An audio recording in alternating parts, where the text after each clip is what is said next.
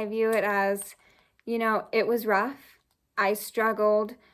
Most of it I don't remember. Like it was bad in the moment, but I look back and I don't really remember it. And now I can go live my life. I can go back to work. I can start college.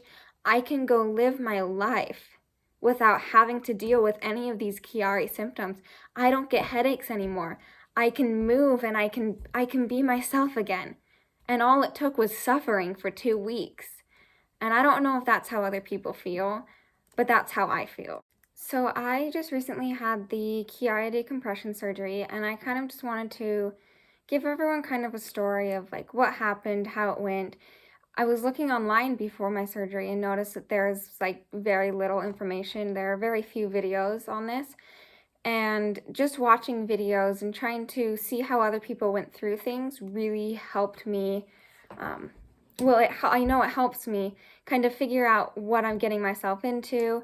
And I kind of want to talk about if you should do the surgery, like kind of the pros and cons.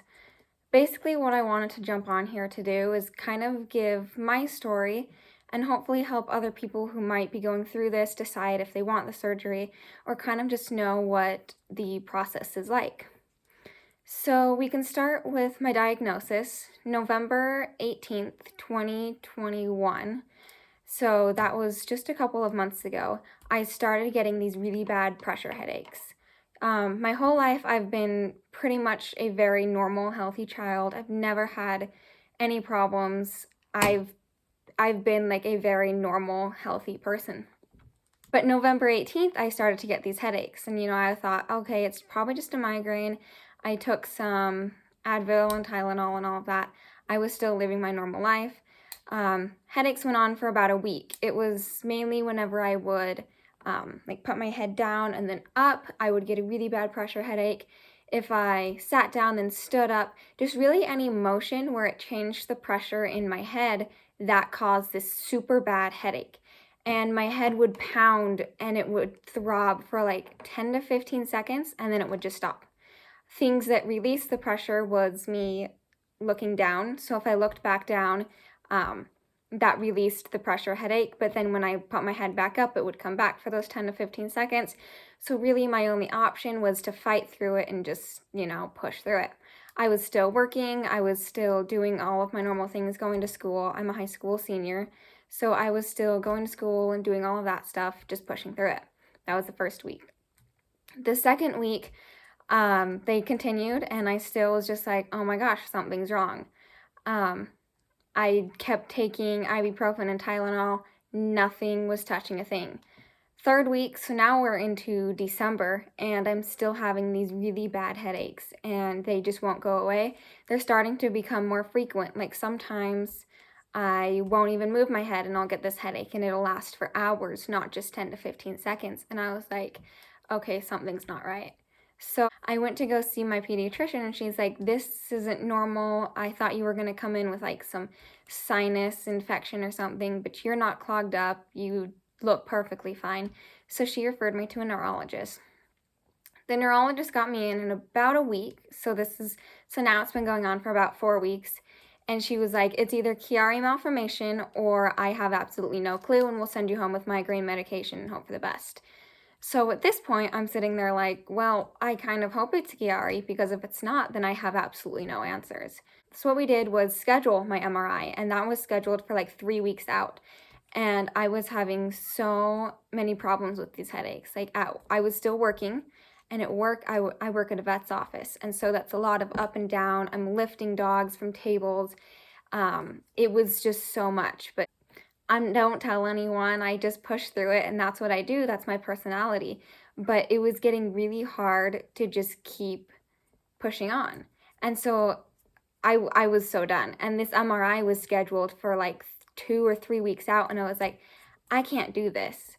And so one night I was at a family party and my head just started pounding. Just out of nowhere, I would get these headaches that I would just start pounding. And it actually put me in tears. I went and sat in a corner at a family party and just sat there crying and crying. And that's when one of my uncles told me about this place that we have here where I live, where it's this private MRI center where it's $400 and they can get you in next day. My family ended up just paying that $400. Insurance wouldn't cover any of that, but my family went ahead and just paid the $400. I got the MRI, and sure enough, it was Chiari. My MRI was done on December 22nd, and so this was, 5-6 weeks out from when I first started getting the headaches. Most people don't get their diagnosis this fast. Most people will live with different or have different types of symptoms. Chiari is so unknown. There's so much unknown about Chiari. Nobody really knows, what causes it, or all of the symptoms are all different. And so everybody's story is completely different, and you never really know what's going to go on. And so, my story is kind of different from others because I figured out 5 weeks after I started having symptoms, and I ended up getting treatment so soon. So after my neurologist saw those MRIs and diagnosed me with Chiari, we set up an appointment with a neurosurgeon. This took, because of Christmas and New Year's, this took about 3 weeks. And so we met with a neurosurgeon January 4th, sometime around there, and he recommended the Chiari Decompression. He also diagnosed me with Complex Chiari 1.5. So I did not just have Chiari 1, it was Complex Chiari 1.5. This is, I can put my MRIs on the screen, but you'll see the angle of my spine and my brain. And so here's my spine. This is the angle of where things go. Most people are like this. Mine's like this. And so it's so much steeper.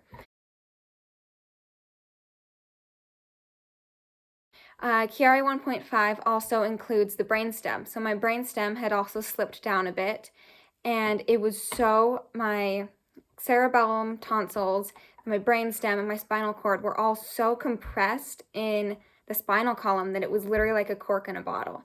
And that's why my headaches were so bad, is all of my spinal fluid, it was getting trapped in my head.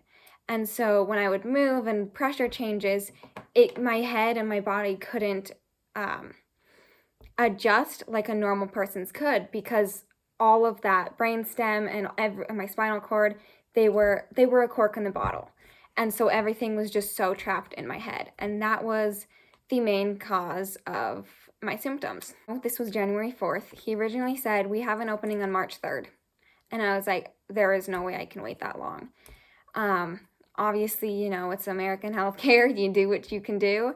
But then after he said, he heard about my symptoms, and he was really easy to work with. And he's like, because you are a lot more complex and you're having much worse symptoms than most of the other Chiari patients that I have, I can get you in a lot sooner. So waited about a week, and then he gave us a call. January 24th, you can come in and have your surgery. And so I was like, yes, finally I can have this surgery. So let's see, it was probably about 2 months after the headache started that I ended up getting my surgery. That's kind of my diagnosis story. Everything went really fast. I'm pretty sure most people aren't this fast. I know most people know about their Chiari for years before they ever have the surgery, but my symptoms were so bad that we decided to just go ahead and get it done. I'm a high school senior. I'm headed off to college next year, and we decided, let's just get it out of the way. Let's just get the surgery done now. So deciding to do the surgery was super easy for me, because I was like, you know what? I am young. I will recover fast. I will take this pain and this week of suffering and recovering. I will take that if I can live out the rest of my life without these headaches and without these symptoms. And so it was a really easy decision for me to get the surgery, but I understand that it might not be that easy for anyone else. So January 4th, we go into the hospital. We fill out all of the paperwork, which was actually online, so it was really easy. I decided to participate in a study, and so basically what the study is they're trying to figure out if specific symptoms or people with specific symptoms will recover faster from the surgery. So I filled out the study. I just gave them all of my symptoms, how bad they were, how they were affecting my life, and then in a year they're going to do a follow-up to see how I've recovered. Really easy study. My family's all for studies and helping other people and helping advance medical stuff. My family's all for that, and so I had no problem participating in the study. It required nothing of me. It cost nothing. They're not paying me anything, but if I can help some other people along the way by answering a couple of questions, I'll do that. So I answered those questions of the study, and then I went back into the pre-op area. In the pre-op area, we talked with the different nurses, and they told us different things. They just asked questions like, are you pregnant? Obviously no. Do you do drugs, alcohol? They just ask all these questions just to make sure that, you know, you're ready to go under anesthesia. They made me do a chlorhexidine wash, which is where everyone leaves the room, and they give me these wipes to wipe down your whole entire body to clean it. This just makes sure that you're clean before they cut into your body. And then I got into my gown, and they gave me some socks and scrub bottoms. So I got all dressed in all the hospital gear. And then the surgeon came in, we talked with him. It was really funny. Before he leaves, he's like, do you guys have any questions? And I was like, I've got one. You're taking out a piece of my skull. I'm wondering if I can have that back, because my dog is going to miss me while I'm gone. She might want something to chew on. He said no, but his face was priceless, so it was totally worth it. I wish I was recording when I said that, but there was that. At this point, I wasn't really nervous. I'm a huge Grey's Anatomy fan, and so I was like, you know what? This is like living a dream. I am just on the Grey's Anatomy, like real set, like this is real life. I'm also a very fearless person, so I was like, you know what? Go for it. I'm gonna be asleep. My thinking was, I'm gonna be asleep. I won't be doing anything. If the surgeon isn't nervous, why do I need to be nervous? He's the one doing all the work. He's the one cutting into my brain. I am sitting there sleeping completely still. Why should I be nervous? And so that's kind of the way that I think. I'm a very confident person, and I put my trust into other people. And so I wasn't nervous at this point. I was kind of like, you know what, this is just so cool. Like, this is real life Grey's Anatomy. And so I'm sitting in that room, just spinning in the chair, having all fun. I had straightened my hair the day before, and so, you know, my hair was very nice, even though they were about to shave it all off, and I was going to be really sad about that. But we were sitting there. They tried to get an IV and ended up not getting the IV because I was so dehydrated because I can't drink and all of that. And so they just took me straight. They did offer me some Tylenol, and I was like, I'm going into brain surgery, and you think giving me Tylenol is your best option. The reason they give me the Tylenol is they're just trying to do anything they can to keep me away from the narcotics and all of those really addictive drugs. I'm so young, and they're just like, you know what? There's an opioid epidemic. We do whatever we can to just not get kids on these drugs. And so even if the Tylenol takes like that much pain off, it's that much less narcotic that I'm going to need to take. And so, you know what? It ended up being fine. So the anesthesiologist came in and talked to us. He was like, this is what I'm going to do. This is the process. I was at a children's hospital, by the way. So I was at a pediatric hospital, all children's. It might be different at an adult hospital, but they came in and we talked with the surgeons, the nurses, the anesthesiologists. They all came in and answered any questions that we might have. They were super easy to talk to and really good at communicating. They didn't get the IV in me there because I was so dehydrated. My vein kept rolling. They tried, and they were like, we'll just go give you laughing gas. So we walk into the OR room, and I am just like, oh my gosh, this is the coolest thing ever. Like, this is real Grey's Anatomy, guys. And I was so excited. Like, walking into the operating room, about to get my brain cut into, I was like, this is the coolest thing that has ever happened. And so I walk in there, and I'm just like, oh my gosh, this is so cool. I'm absorbing everything. They lay me down, and the guy goes, what flavor do you want your air? And I was like, what? And I'm like a very humor-filled person, and so I was, I wasn't nervous, I wasn't scared, I'm talkative, I'm outgoing, because I was just like, what did you just ask me? The air was for the laughing gas. He was asking me what flavor I wanted, the scent of that. I didn't know that because of the way he phrased the question, but it was all fine. They put the mask on me with the laughing gas, and it felt like I was suffocating, and I was like, oh my gosh, I can't breathe. I know that was probably how it's supposed to feel, it seals on there so none of the gases get into the room. And I wanted to say something like, I can't breathe, but I was like, nope, just keep take a big deep breath and then let it out. You'll end up getting that laughing gas in you and you'll be just fine. So eventually that got in me. I started laughing and he was like, that's good stuff, huh? And I was just like, yeah. It was an adventure. I was very, very high as a freaking kite. The whole room was like spinning. When I opened my eyes, I could still see clearly, but when I closed them, I literally felt like I was floating. It was a really weird feeling, but really cool. I could feel the nurses like touching my hand and doing all that, but I felt absolutely no pain. I think it probably was about 2 to 3 minutes. I was also high as a freaking kite, so don't trust me on any time. They had the IV in, and that's the last thing I remember. Then I wake up, and they'd given me pain meds, and I'm in like the post anesthesia area, so I'm not quite into my room yet. I'm just in the anesthesia area. And they're like, what's your pain at? And all of that stuff. I was at a 3. I was talking. I don't know if I was understandable, but I was talking. I was able to tell them my pain's at a 3. It's not really that bad. My nausea is really bad, but I'm just tired. And so they took me to the room with my parents.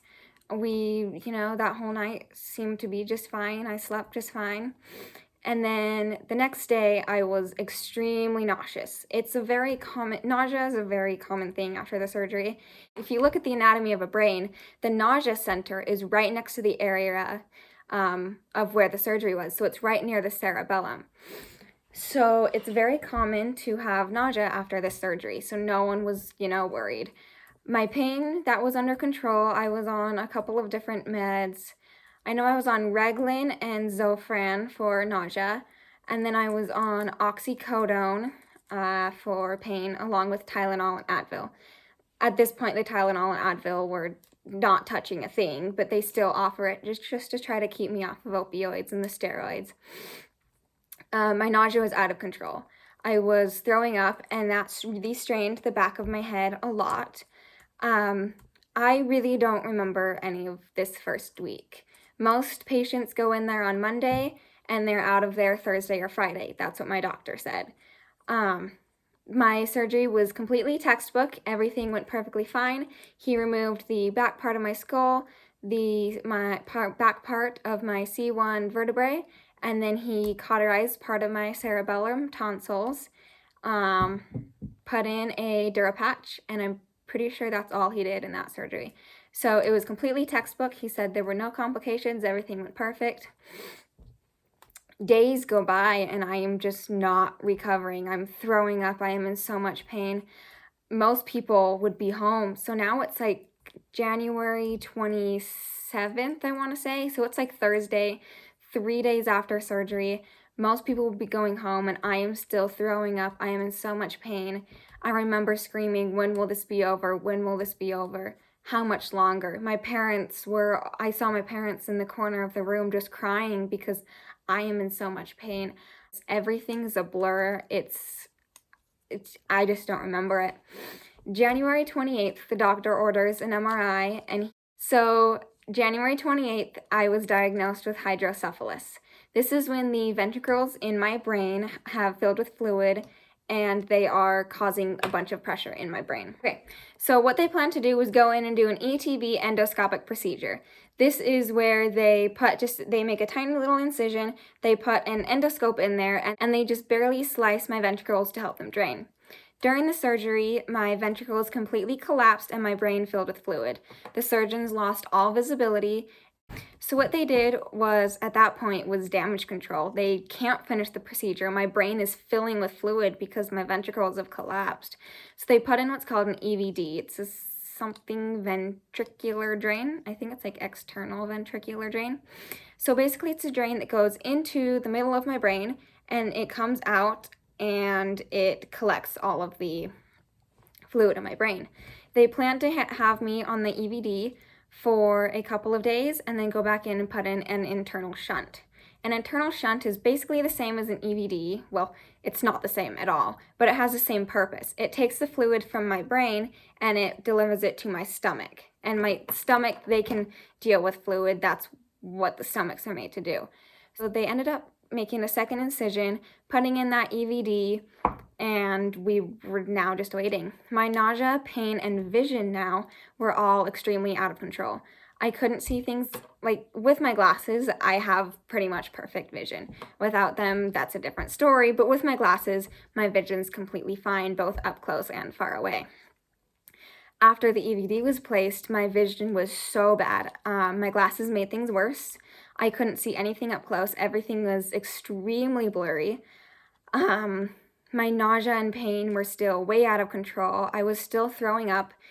It's actually very dangerous to throw up with an EVD because the pressure in your head can force too much liquid to drain out of your brain. And so whenever I felt like I needed to throw up, they had to come in and clamp the drain. This was really difficult because I felt like I needed to throw up every 3 seconds. But the drain can only be clamped for so long, because if it's clamped for too long, then it's not even doing its purpose. And so these first couple days with the EVD were extremely difficult for me and extremely stressful.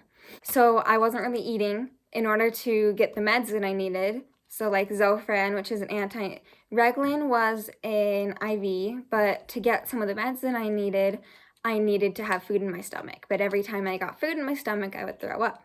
So they would feed me just like one saltine cracker was all that I could handle. They would give me my meds. 20 minutes later, I would throw everything up. I now can't get more meds because I already had them, even though I threw them all up. And so it was all just extremely painful. It was all bad. My nausea was out of control. It was just really, really difficult, and I don't remember most of it. The EVD, I think the worst part, aside from having a tube coming out of your brain that connects over here and stumps out all the juice, you know, just all that, all natural, organic, hand squeezed or brain squeezed strawberry lemonade, that's literally what it was. Aside from having a drain coming out of your head, draining all of your liquid, the worst part was the nurses taking you into the bathroom every single time you had to go. So I had a lot of nurse bathroom small talk. You know, you're just sitting in the bathroom and you're like, yeah, where'd you go to school? And you just all like just small talk in the bathroom. Some of the nurses were good and they turned on the faucet just to like block noise. And this is probably way TMI, but it's like, it's my story, so enjoy. Every single time I had to go. I was still on IV fluids, luckily, because I wasn't keeping anything down. But bathroom small talk, I do not miss that. It's February 3rd. It's been 6 days since I had the drain in. And they were like, all right, they adjust the level of the drain. So at first, the drain was at like 5, which was like here. And then over time, over a couple of days, they would raise it. And so as the pressure in my brain would raise, so like the pressure in my brain would raise if there was more fluid, and that would push it out. So the higher the drain is, the higher the pressure in my brain has to be to push it out. So over time, they would raise the drain because it went from 5, 10, 15, and then finally 20. So over time, they raised the drain, and I stopped draining fluids. This is a sign that the pressure in my brain has gone down. So finally they decided, okay, there's not much fluid left in her brain. We can now go in and place the permanent shunt. The permanent shunt, again, is what delivers the fluid from my brain. Because of the hydrocephalus, it puts the fluid from my brain into my stomach. So they were like, let's go do that. We got an MRI, and they were like, wait, she doesn't need a shunt. Like, her fluid levels are under control. About 80% of people who are put on an EVD end up needing a shunt.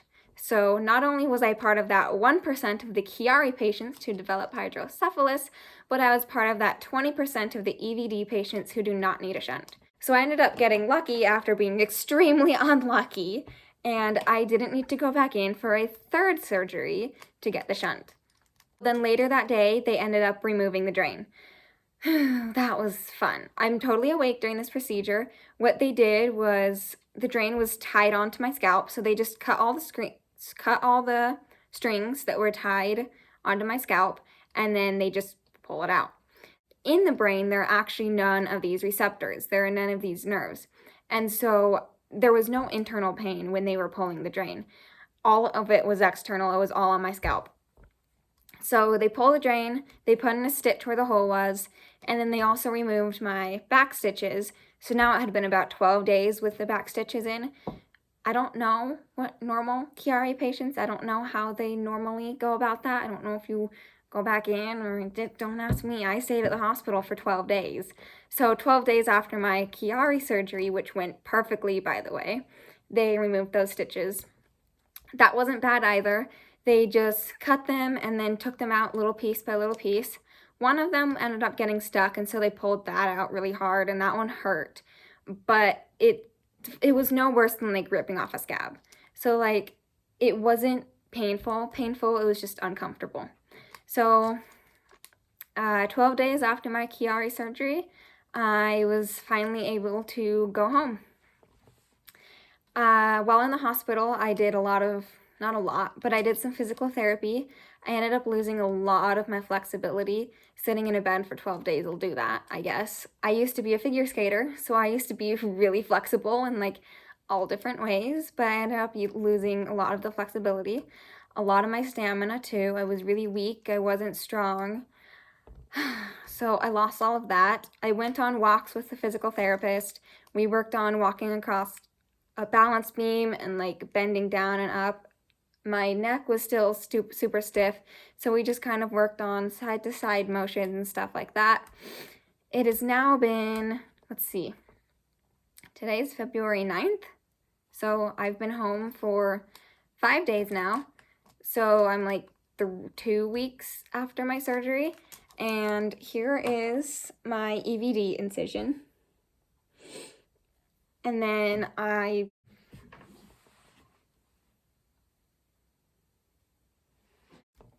again, my story is, it's not a typical Chiari. If you're just thinking of having the Chiari surgery, developing hydrocephalus and going through this, that's a 1% chance. It's extremely low. Looking back, if I knew I would have developed hydrocephalus and my recovery would have been this long and this hard, I still would have done the surgery. I still would have gone through with it. I would have suffered for 2 weeks, well, 12 days, not even 2 weeks, think on the positive side.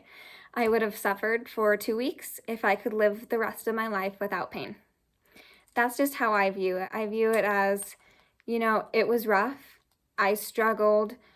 Most of it I don't remember. Like it was bad in the moment, but I look back and I don't really remember it. And now I can go live my life. I can go back to work. I can start college. I can go live my life without having to deal with any of these Chiari symptoms. I don't get headaches anymore. I can move and I can be myself again. And all it took was suffering for 2 weeks. And I don't know if that's how other people feel, but that's how I feel. So if you're like debating to get the surgery or not, don't be, I don't know. I don't really know what to say, but that's my story.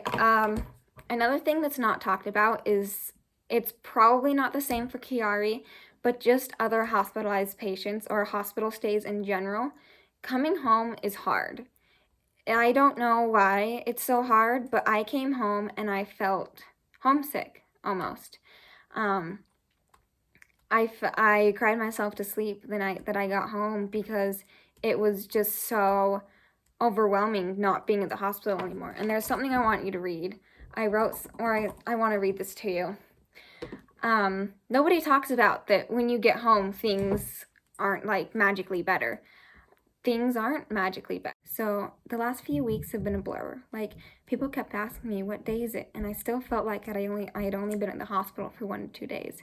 I haven't been able to remember days or anything like that.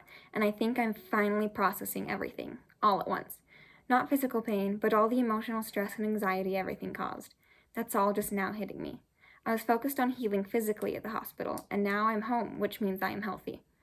And I think mentally, I'm now allowing myself to feel the other side of it, and I'm kind of traumatized. I cried a lot that night. It was really hard for me to come home and start processing things like in a real way, but I ended up getting through that. It's been 5 days and I'm now, like, I'm actually doing really well.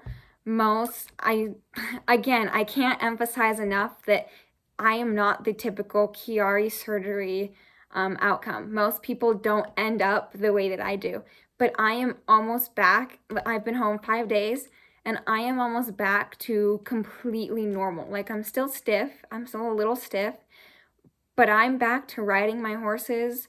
I'm back to doing my normal things. My energy is still a little bit low. I still am weak and stiff, but that's stuff that, you know, sitting in a bed for 12 days will do whether you had surgery or not. Aside from that, like, my incisions are all doing great. I am pretty much back to my normal self. So that is my Complex Chiari 1.5 and Hydrocephalus story.